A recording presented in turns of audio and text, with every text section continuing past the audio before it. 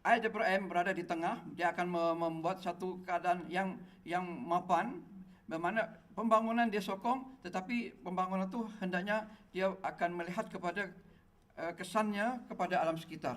Itu yang makna dia. Kemudian takrifan dari UNDP 2001 mengatakan bahawa penerokan sumber air itu adalah penting untuk memelihara sumber air kita dengan melihat kepada alternatif, sama ada sumber air itu asal daripada permukaan, bawah tanah ataupun rain harvesting. Maksudnya mengambil air itu daripada hujan dikitar semula. Okay, mengapa air begitu penting untuk dipelihara? Bekalan air yang begitu terhad di dunia, di alam ni, di mana air permukaan hanyalah sekitar 3% saja daripada air masin yang kita dapat di alam ni, di mana dia punya jumlah adalah 97%. Kemudian mengikut seorang pakar, penduduk di masa depan akan menjejaskan sumber bekalan air kita. Sekiranya pengurusan sumber air tidak ditadbir dengan cekap dan profesional, kemungkinan kita akan mendapatkan sumber air bekalan yang bersih agak sukar di masa hadapan.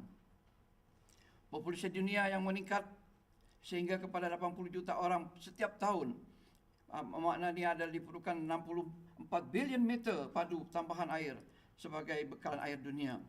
Laporan yang ditulis oleh satu artikel menyebutkan bahawa dunia akan menghadapi krisis kekurangan air menjelang tahun 2050. Fakta, sebanyak 98% penggunaan air dalam negara adalah berasal daripada sumber air permukaan, di mana ia akan meruncing semasa musim kering yang berpanjangan. Oleh demikian, penerokan sumber air tanah adalah perlu kita buat sebagai satu sumber alternatif, terutama di kawasan yang mengalami masalah bekalan air. Kita perhatikan adanya masalah-masalah bekalan air semasa musim kemarau dipendang di satu tempat di Kedah. Kemudian di beberapa negara seperti di Eropah, mereka mengalami masalah bekalan air. Dijangkakan negeri Selangor akan mengalami kekurangan air menjelang tahun 2014. Pada tahun 2007, penduduk Selangor lagi 27 menjadi 1 juta dan kemudian akan meningkat kepada 1.460.921 orang menjelang tahun 2020. Pada tahun 2011, diperkirakan jumlah penduduk ada 1.200.000, di mana per kapita penggunaan air 300 liter per hari, dan diperkirakan sekitar 360 juta liter air per hari adalah diperlukan dan akan meningkat pada tahun 2020 kepada 438.300 liter air per hari menjelang tahun 2020. Kemudian persoalannya, di manakah kita akan mendapat tambahan air? Kerajaan telah menasaskan 6 strategi kepada penyelesaian masalah bekalan air, iaitu membesarkan kapasiti muatan empangan, menambahbaikan sistem ramalan hidrologi, mempromosikan penggunaan air bawah tanah, merubah tabiat dalam perubahan guna tanah, merubah tabiat dalam penggunaan air, mengamalkan sumber bekalan air, dan mewujudkan zon penampang di kawasan hutan. Satu langkah yang telah dijalankan bagi penduduk di negeri Selangor, iaitu dengan membuat satu interbasin, di mana diperkirakan air daripada negeri Pahang akan disalurkan sebanyak 2.260 juta liter setiap hari. Mengapa pengurusan air daripada air penting di sini?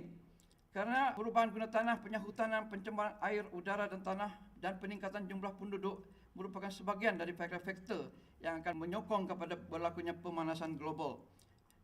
Kemajuan dalam bidang pertanian, industri banyak menggunakan sumber air, terutama dalam pengairan dan penjanaan kuasa elektrik. Pertumbuhan pesat dalam bidang pertanian, industri dan domestik telah lagi meningkatkan keperluan sumber air, terutama semasa musim kemarau yang panjang. Kepentingan LWM di peringkat kebangsaan adalah menyediakan satu persekitaran yang kondusif untuk memastikan pelaksanaan LWM yang cekap dan berkesan yang akan menyumbang kepada sektor air kebangsaan yang mapan, merumus serta melaksanakan tindakan yang melibatkan pengurusan sumber air yang berkaitan untuk mengoptimalkan sumber air di kawasan tadahan dan memulihkan keadaan alam sekitar. Negeri Selangor adalah bertanggungjawab terhadap pengurusan sumber air, termasuk pewartaan kawasan sumber air bagi kawasan kita sekarang. Diperkirakan tahun 2004 terdapat 56 empangan, di mana 11 kawasan tadahan empangan telah diwartakan untuk bekalan air. Pada masa sekarang terdapat 90-an empangan yang ada di Malaysia, di mana dia boleh menampung sekitar 30 bilion meter padu air. Tetapi 56 ataupun 62% di antaranya berada dalam keadaan yang tercemar, dan selebihnya adalah sederhana tercemar sehingga mesotropik. Okey. Jadi kita melihat kepada satu penerapan Aldebaran yang telah berjaya. Banyak di negara-negara yang maju penerapan Aldebaran telah berjaya dan menampakkan hasil. Kemudian di negara kita pun juga ada satu bagian yang telah berjaya menunjukkan keberhasilan daripada Aldebaran, iaitu di Pusat Pentadbiran Putrajaya. Pusat ini terkenal kerana ada sistem kawalan ekosistem yang begitu ketat yang telah menjadikan Tasik Putrajaya sebagai satu model lembagan Aldebaran yang berjaya di Malaysia. Ini adalah keadaan Tasik yang begitu indah ya di Putrajaya yang dapat kita perhatikan dengan pemandangan yang begitu cantik. Kemudian cuba kita bandingkan dengan salah satu Tasik, ini adalah di Geneva. Ini adalah menunjukkan satu keberhasilan penggunaan Aldebaran di Malaysia. Kemudian yang kedua adalah di lembangan Sungai Devon. Ini adalah satu karya yang ditunjukkan oleh UNESCO, membuat satu penilaian ataupun pembinaan lembangan Sungai Devon. Sokongan daripada masyarakat ahli politik kerajaan, semua masyarakat yang ada dalam kawasan tersebut telah menganggapkan begitu penting dan memberikan kerjasama untuk menjayakan kempen ini. Kalau kita perhatikan, sungai ini adalah berada di kawasan hiliran. Dan kita perhatikan juga dalam keadaan status penduduk di sini yang hanya bergantung kepada pertanian, perikanan. Mereka tapi dapat memelihara keadaan kejernihan air yang kita boleh perhatikan bersama. Saya ingat agak sukar untuk kita melihat kejernihan air yang begitu baik di sungai-sungai di Malaysia, terutama di bahagian hiliran. Kemudian yang ketiga adalah lembangan Moray Darling di Australia. Meskipun kawasan ini mempunyai 4 jenis musim yang berbeza, tetapi mereka dengan menggunakan asas dapat merubah, dapat memelihara kawasan tersebut, sehingga pun lembangan ini dikenali sebagai pembekal 1/3 makanan hasil pertanian di Australia dan mungkin juga diekspor ke Malaysia. Ini adalah lembangan Moray Darling. Kita dapat pekan-pekan macam Adelaide, Brisbane, Melbourne dan sebagainya yang sangat terkenal. Kemudian macam mana mereka dapat membuat satu kajian ataupun satu cara yang begitu mantap untuk kajian Aldebaran. Kalau kita perhatikan, sumber air hanya ada di bahagian timur, iaitu satu sungai Moray, tapi di bahagian barat adalah gurun ataupun desert. Jadi untuk membahagikan air tersebut, mereka telah menggunakan pipeline, sehingga di mana-mana mereka hidup, dia tak akan merasa kekurangan sumber air. Kalau kita perhatikan juga, Australia merupakan satu negara yang mempunyai ketumpatan penduduk yang sangat rendah, iaitu hanya 3 saja. Misalnya apabila dibandingkan dengan Singapura yang mempunyai ketumpatan penduduk 7,546. Tapi mereka juga merasa masih lagi boleh survive karena ada sumbangan air daripada Malaysia. Okey, permasalahan dalam pengurusan Aldebaran. Kita dapati berbagai-bagai masalah yang kita dapati sebagai kekangan dalam menguruskan Aldebaran di Malaysia. Iaitu yang pertama adalah masalah penyahutanan, kemudian masalah hakisan tanah, kemudian masalah tanah runtuh, masalah sedimentasi sungai, masalah pencemaran air, masalah banjir dan banjir kilat. Yang ini adalah hanya sebahagian saja daripada approach yang kita gunakan dalam Aldebaran, sedangkan approach lain misalnya kita akan dapati daripada aspek sosiologi dan sosial dan ekonomi, kemudian daripada aspek kesihatan, daripada aspek teknikal, banyak lagi. Jadi sebahagian daripada permasalahan itu daripada aspek fisikal akan saya sentuh di sini.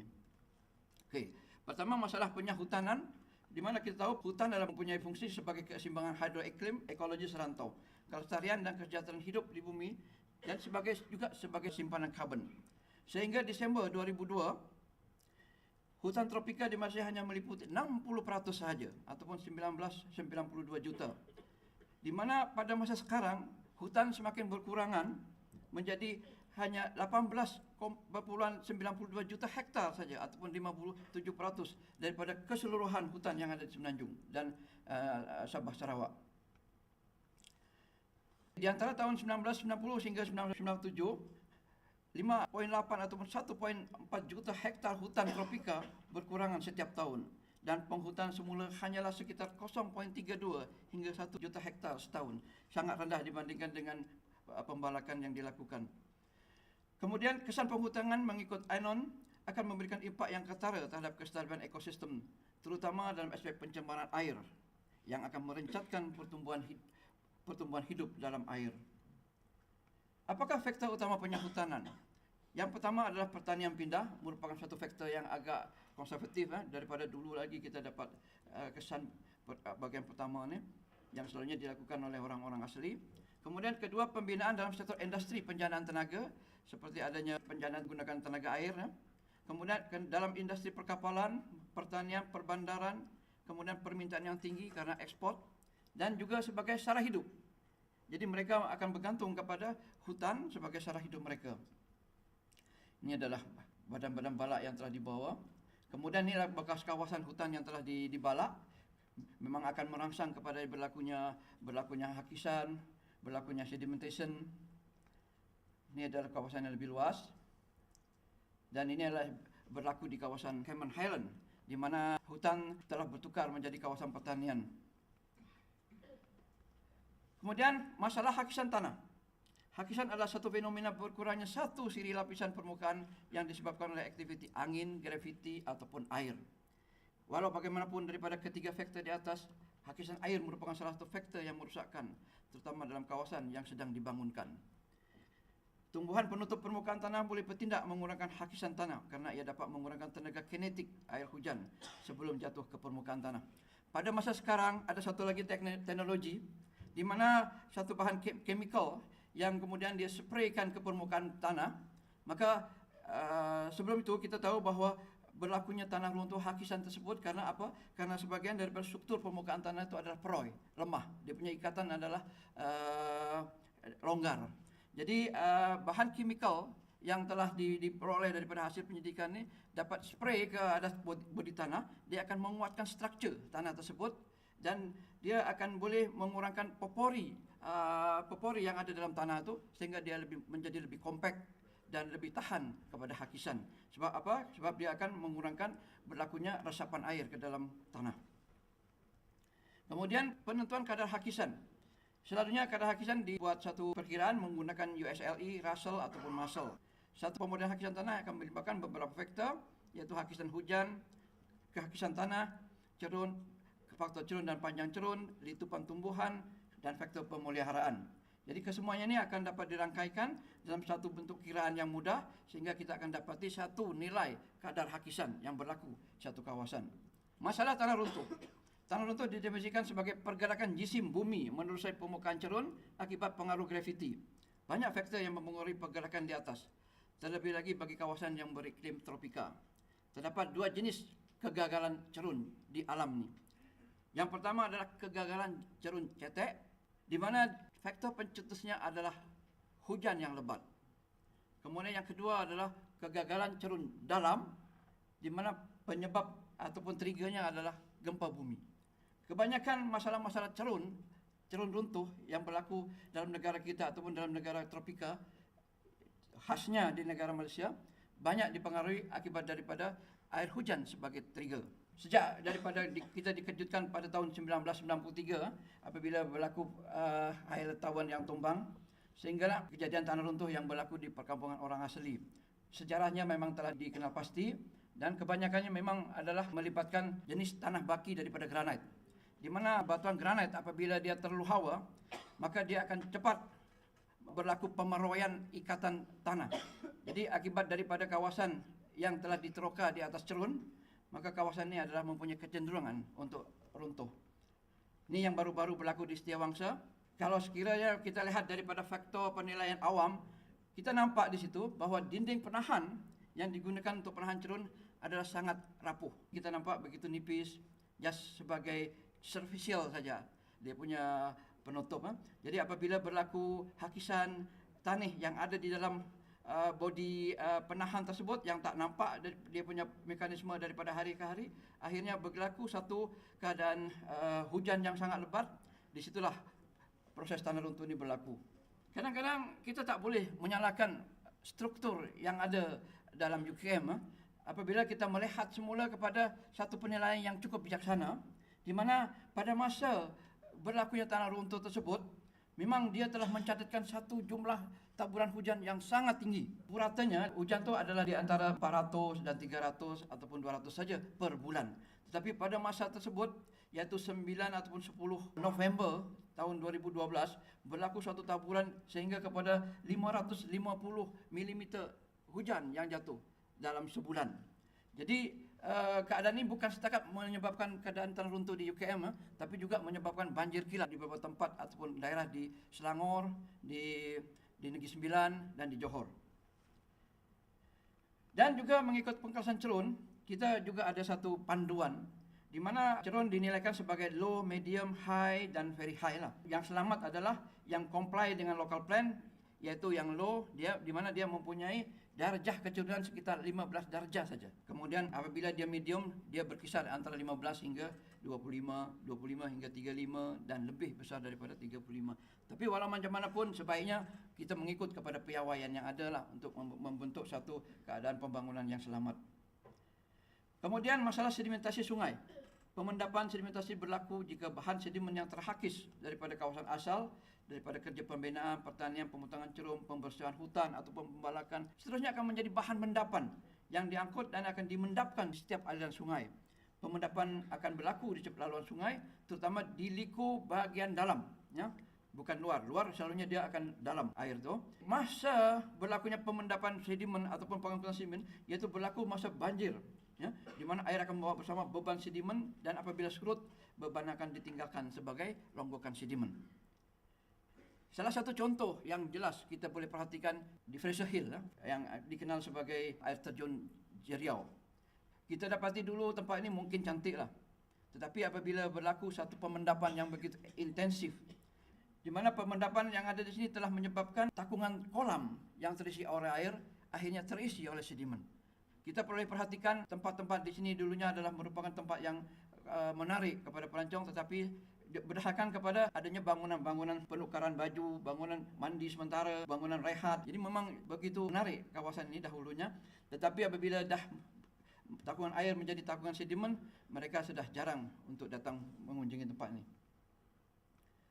Kemudian apabila kita bercakap pasal kadar sedimentation, berdasarkan kepada 6 spot kajian yang telah dijalankan, iaitu diantaranya adalah anak bangi. Jadi kita dapati anak bangi itu merupakan satu jenis yang mempunyai kadar sedimen yang terendah di antara 6 itu. Kemudian yang tertinggi adalah rompin, di mana kadarnya adalah 157.471 tan kilometer persegi per tahun, sangat tinggi. Dan apa yang menyebabkannya ialah yang pertama adanya pembalakan yang berlaku di kawasan empangan catchment untuk Sungai Rompin, kemudian adanya pertanian, kemudian juga ada perlombongan. Jadi perkara ini telah menyebabkan keadaan sedimen yang begitu tinggi. Kemudian masalah pencemaran air. Pencemaran air ditakrifkan sebagai berlakunya perubahan kimia, fisikal, biologi dan mikroorganisme dalam air sehingga akan memudaratkan jika diminum.